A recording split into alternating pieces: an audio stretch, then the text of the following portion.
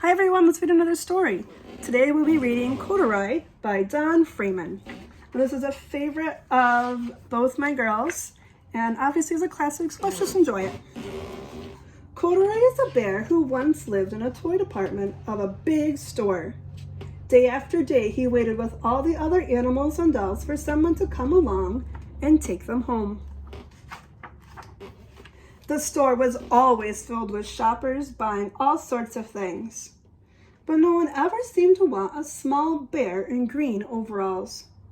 Then one morning, a little girl stopped and looked straight into Corduroy's bright eyes. "Oh, Mommy," she said, "look, there's the very bear I've always wanted." "Not today, dear," her mother sighed. "I've spent too much already. Besides, he doesn't look new. He lost a button on one of his shoulder straps." Corduroy watched them sadly as they walked away. "I didn't know I had lost a button," he said to himself. "Tonight I will go see if I can find it."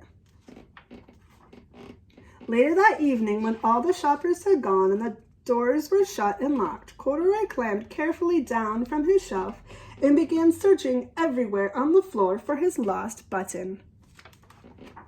Suddenly, he felt the floor moving underneath him. Quite by accident, he had stepped onto an escalator, and up he went. Could this be a mountain? He wondered. I think I've always wanted to climb a mountain. He stepped off the escalator as it reached the next floor, and there, before his eyes, was the most amazing sight. Tables and chairs and lamps and sofas and rows of beds. "This must be a palace," Corduroy gasped. "I guess I've always wanted to live in a palace." He wandered around admiring the furniture.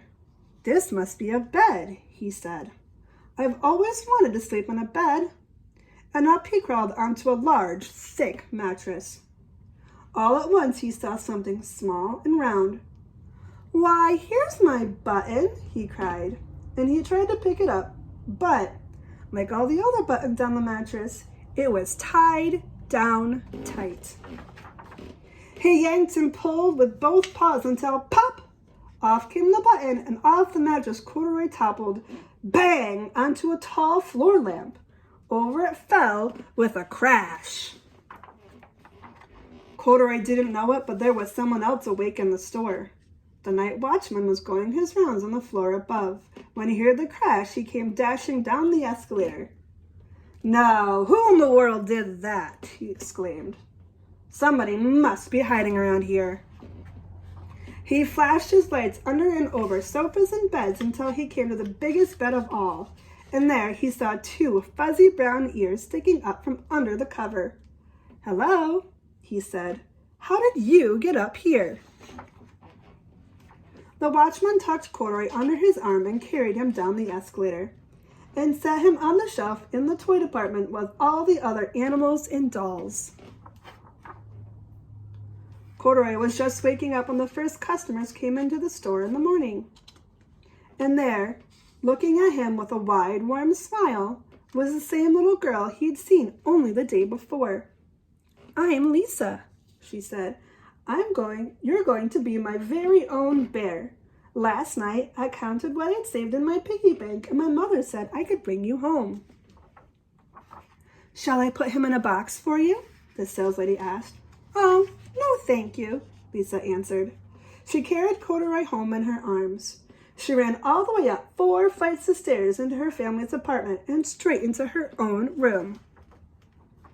Corduroy blinked.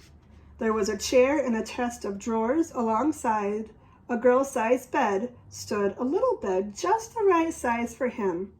The room was small, nothing like the enormous palace in the department store. "This must be home," he said. "I know I've always wanted a home." Lisa sat down with Corduroy on her lap and began to sew a button on his overalls. "I like you the way you are," she said, "but you'll be more comfortable with your shoulder strap fastened." "You must be a friend," said Corduroy. "I've always wanted a friend." "Me too," said Lisa, and gave him a big hug. Thanks for joining me. Bye.